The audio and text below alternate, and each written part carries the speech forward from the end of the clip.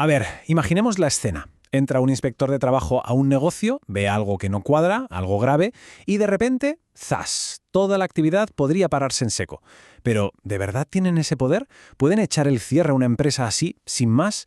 Hoy vamos a desgranar exactamente cómo funciona este proceso legal desde que llega la orden hasta la posible batalla en los tribunales. Bueno, pues esta es la pregunta del millón, ¿no? Y la respuesta corta es que sí, pero con muchos matices. La idea de un cierre fulminante impacta, pero la realidad es que no es tan sencillo. La ley marca un tira y afloja muy claro, con unas reglas de juego muy estrictas tanto para la autoridad como para el empresario.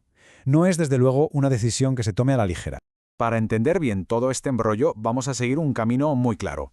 Primero, veremos quiénes son estos inspectores y qué poder tienen realmente. Después, qué opciones tiene el empresario ante una orden de cierre. Luego, cómo es el proceso si la cosa llega a un juzgado. Y para terminar, qué pasa si a alguien se le ocurre desobedecer. Venga, pues empecemos por el principio, como tiene que ser. El poder que tiene un inspector no se lo inventa, ¿eh? No es algo personal. Es una autoridad que viene de una institución. Y para entender la gravedad de sus decisiones, lo primero es saber quién está detrás dándoles esa potestad para actuar. Pues bien, la ley lo que hace es crear un cuerpo de inspectores. Y su misión es muy sencilla: vigilar que las normas de trabajo se cumplan a rajatabla. Pero claro, para que esto no se quede solo en buenas intenciones, se les dan las facultades necesarias. Y es aquí, en estas dos palabritas, donde la cosa se pone seria y nos lleva a su herramienta más contundente. Y aquí llegamos al meollo del asunto. De todas las herramientas que tiene un inspector, esta es, sin duda, la más bestia. La que puede, de un plumazo, parar en seco toda la maquinaria de una empresa. Que quede claro que tanto los inspectores que dependen de seguros como los del Ministerio de Trabajo tienen esta capacidad. Pero ojo, no es que puedan ir cerrando negocios a diestro y siniestro, para nada. La ley les dice que solo pueden usar esta carta cuando la infracción que detectan es tan grave que bajo su criterio profesional justifica una medida tan extrema. Y esto no es una interpretación, que nadie se confunda. El artículo 269 lo deja negro sobre blanco. Podrán ordenar la suspensión o cierre. La palabra clave de todo esto es ameriten. La falta tiene que ser lo suficientemente gorda de verdad como para merecer un castigo tan severo. Vale, en este momento el foco de atención cambia por completo. El inspector ya ha hecho su trabajo. Ahora, con la orden de cierre sobre la mesa, toda la presión cae sobre el empresario. El reloj empieza a contar y tiene que tomar una decisión crucial que le llevará por uno de dos caminos muy diferentes.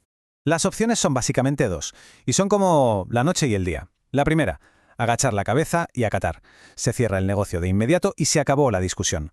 La segunda, pelear. Ojo, tiene que cerrar igualmente, pero puede llevarle la contraria al inspector y defender su caso ante un juez. Y aquí es donde la presión se vuelve real. Para elegir esa segunda opción, la de pelear en los tribunales, el tiempo es oro. O para ser más exactos, son solo 3 días. 3. Es un plazo cortísimo para decidir y presentar la impugnación. Si se te pasa el arroz, adiós muy buenas. Se pierde la oportunidad de recurrir. Entonces, pongamos que el empresario decide luchar y presenta la impugnación a tiempo. ¿Qué pasa ahora? Pues que la cosa se eleva a otro nivel. Ya no es un asunto con el inspector. Ahora entra en juego un juez. Y se pone en marcha un proceso judicial express, pensado para tener una respuesta lo más rápido posible. Y cuando digo rápido, es que es rapidísimo. Fijaos en los plazos. Una vez se impugna, el juez tiene solo 2 días para escuchar al inspector que dio la orden. Y lo más fuerte de todo, en un plazo máximo de 10 días hábiles, el juez dicta una resolución final. Se acabó. Vamos, que en menos de 2 semanas todo el asunto está resuelto y sentenciado.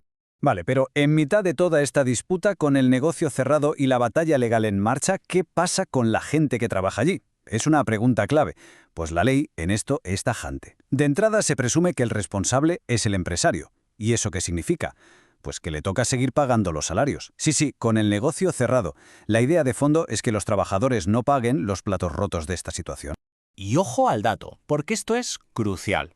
La decisión que toma el juez en esos 10 días es definitiva.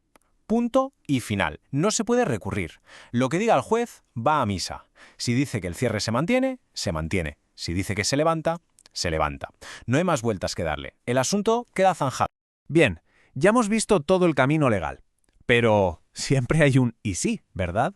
¿Qué ocurre si un empresario decide hacerse el valiente y simplemente ignora la orden de suspensión? Si sigue operando como si no pasara nada. Pues es una malísima idea. La ley, por supuesto, también tiene prevista una respuesta para eso.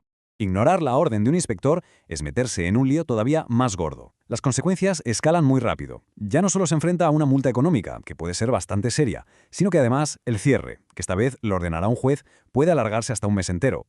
Y para cerrar el círculo, estas sanciones las impone el juzgado de trabajo. Pero lo más interesante de todo es quién puede pedir que se apliquen. No solo el propio juzgado o los inspectores, sino que los propios trabajadores también pueden hacerlo. La ley les da voz y poder para exigir que la orden se cumpla. Al final, si lo pensamos bien, todo este proceso es un delicado juego de equilibrios. Por un lado, tenemos la necesidad de proteger a los trabajadores de un riesgo de forma inmediata. Y por otro, el derecho del empresario a defenderse y a que no le paren el negocio injustamente. La gran pregunta que queda en el aire es, ¿consigue la ley encontrar ese punto justo? ¿O la balanza inevitablemente siempre se acaba inclinando más hacia un lado que hacia el otro?